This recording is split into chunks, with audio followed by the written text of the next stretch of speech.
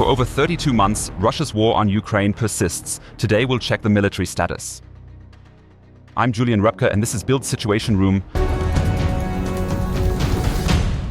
And we start again with the unique footage from yesterday morning. For the first time ever in the history of warfare, a country has used a long-range weapon, a long-range missile, in this case of the RS-26 type, to attack another country. Russia used this, as it calls, intermediate-range missile yesterday, informed the USA beforehand to prevent, in the worst case, a US response, specifically a nuclear response. Because Russia launched a nuclear missile, in this case yesterday without warheads.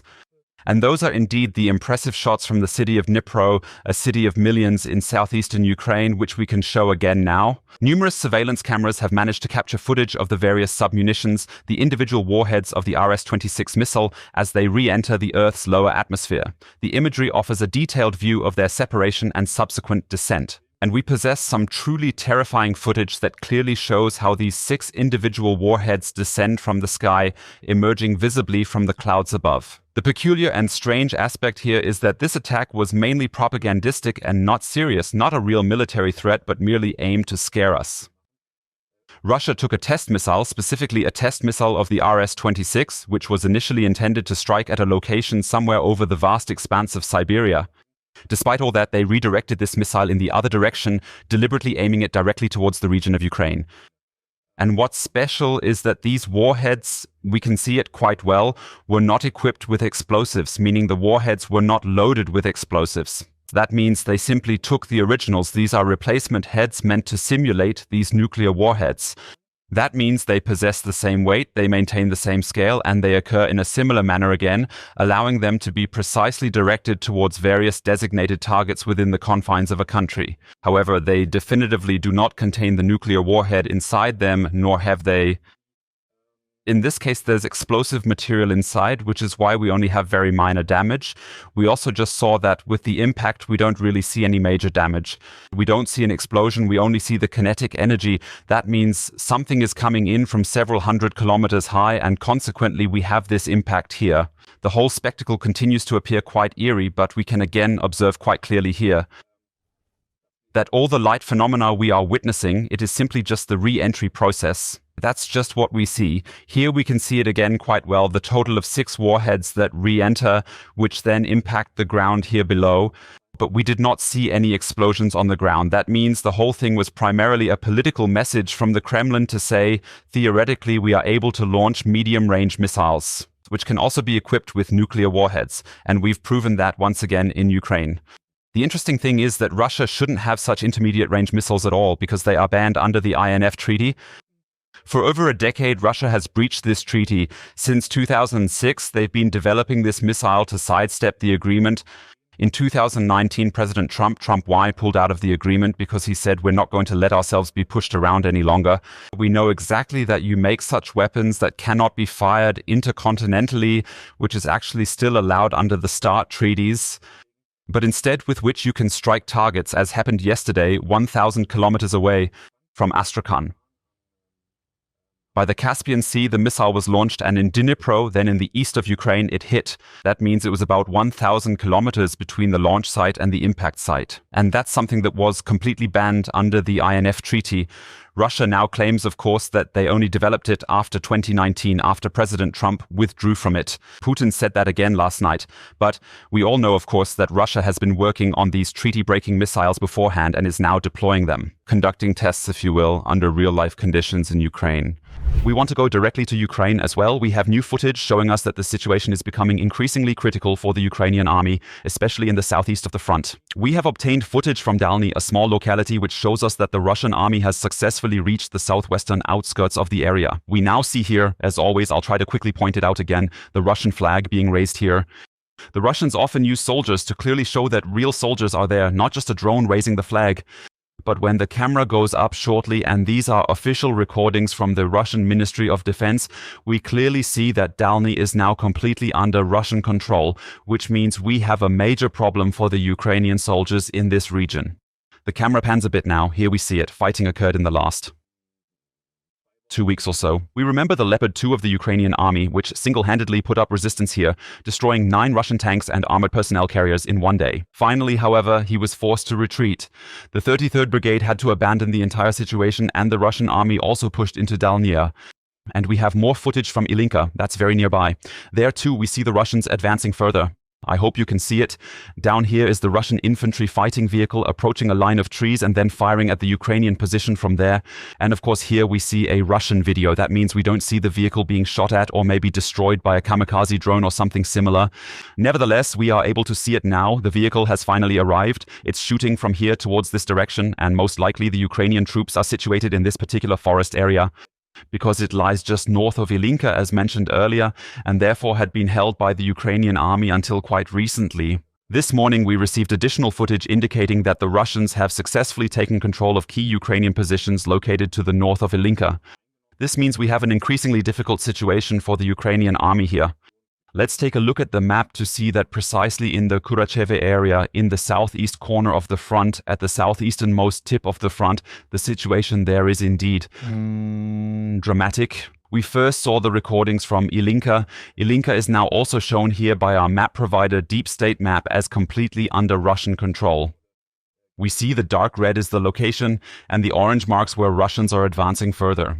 And that was Dalnyia. And we just saw footage from Ilinka. Ilinka, a small settlement located roughly around this area. We have observed Russian forces continuing to move westward, remaining to its north. That means that was the movement we just observed earlier.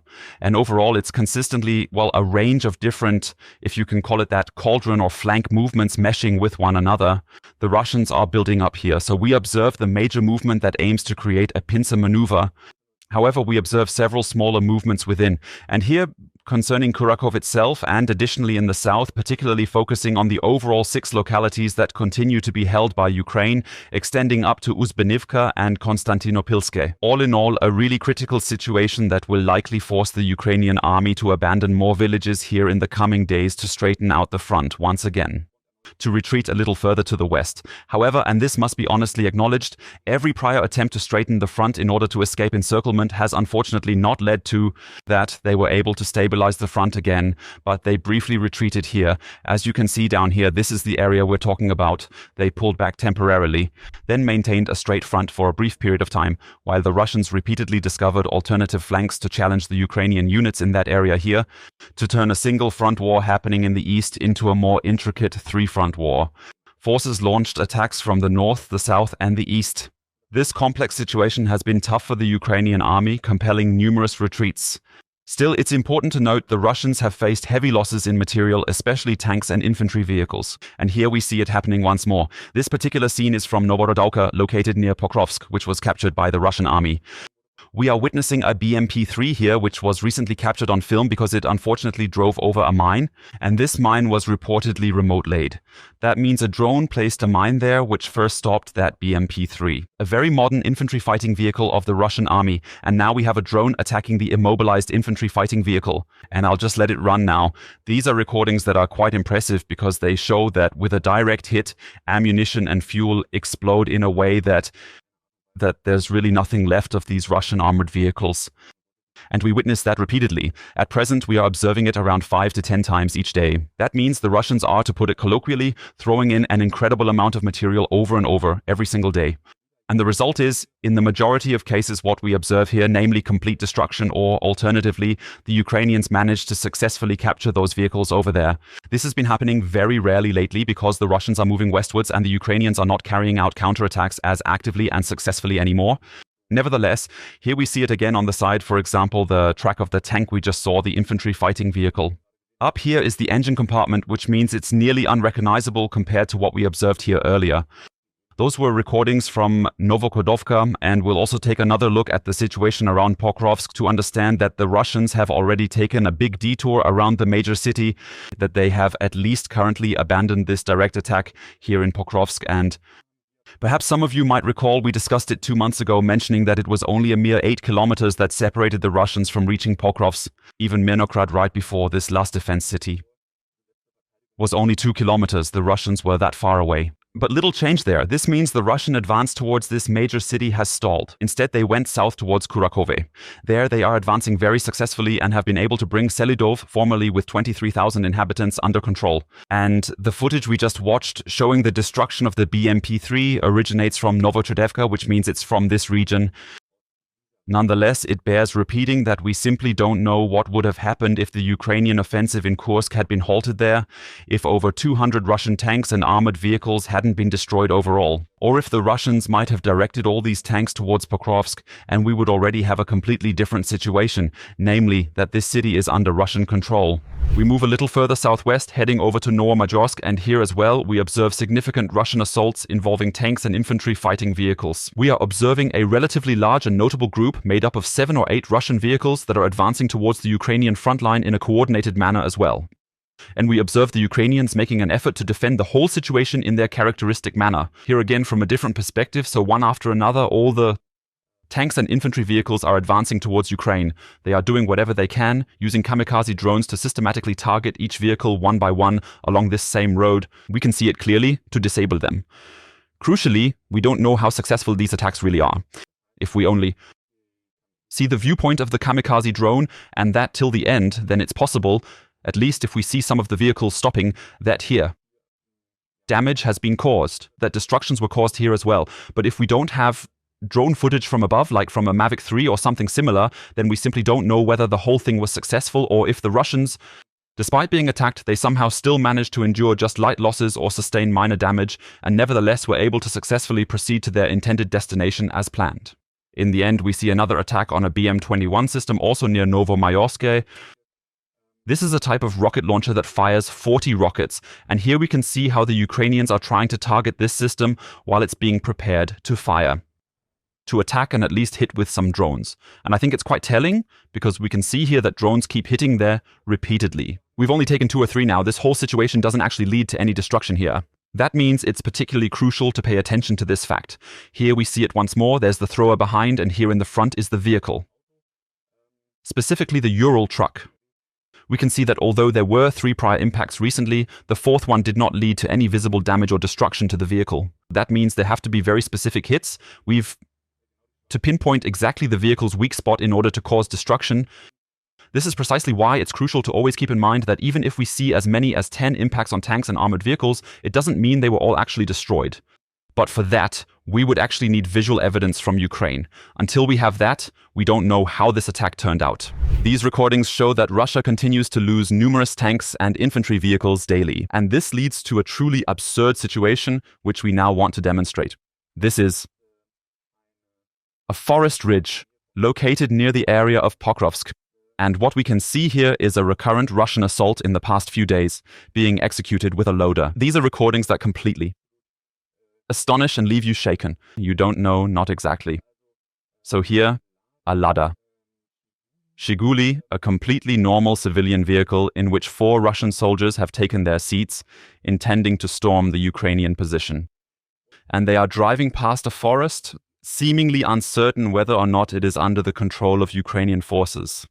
And we'll see shortly that the Lada drives up to a certain position where an attempt is made to shoot, but it all ends absolutely. Yeah, it's quite fatal, as expected when you drive into a war zone with a loader and no proper road. And all of the Russian soldiers involved also end up dying in this attack. Really a crazy situation. Maybe we can stop briefly again.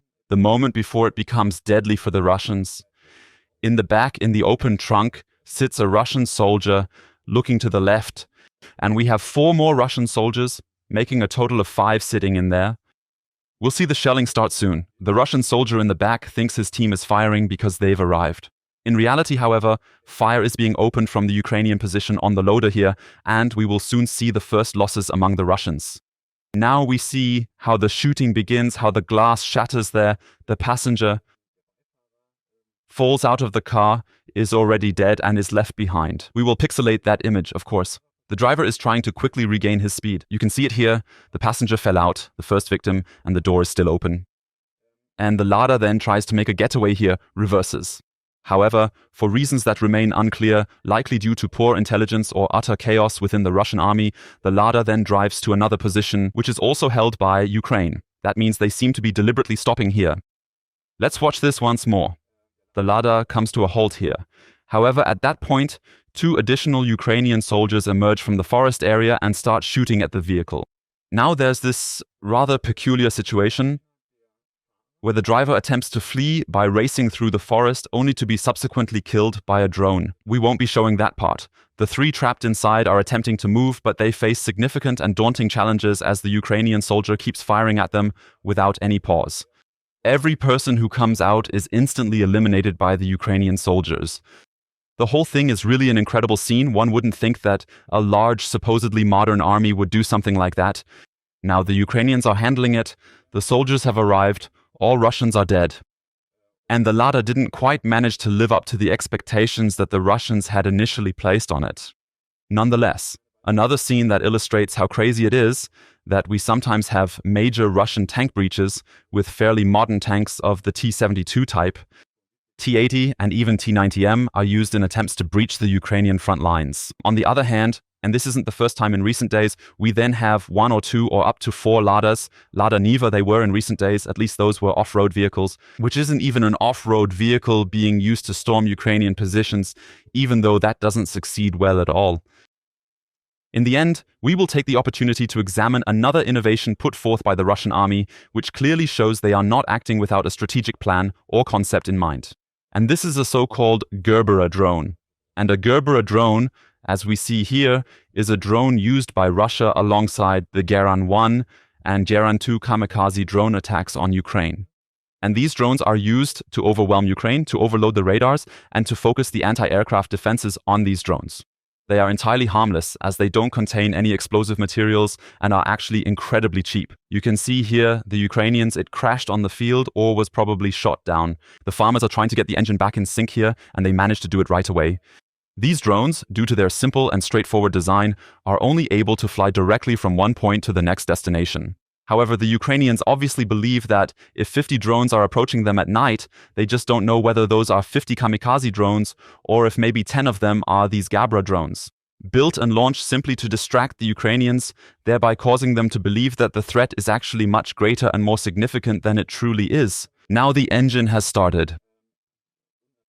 And to push them to use some of their air defenses, which are getting costly since every shot and missile is expensive. That part of their air defense is indeed used against these decoys, these kamikaze drone decoys, as mentioned, of the Gerbera type. Insofar as the Russian army is on one hand uncoordinated and at times truly suicidal, and on the other hand operates with great finesse, all of this leads to a complex war scenario with a slowly advancing Russian army incurring significant losses. What we currently see in Ukraine.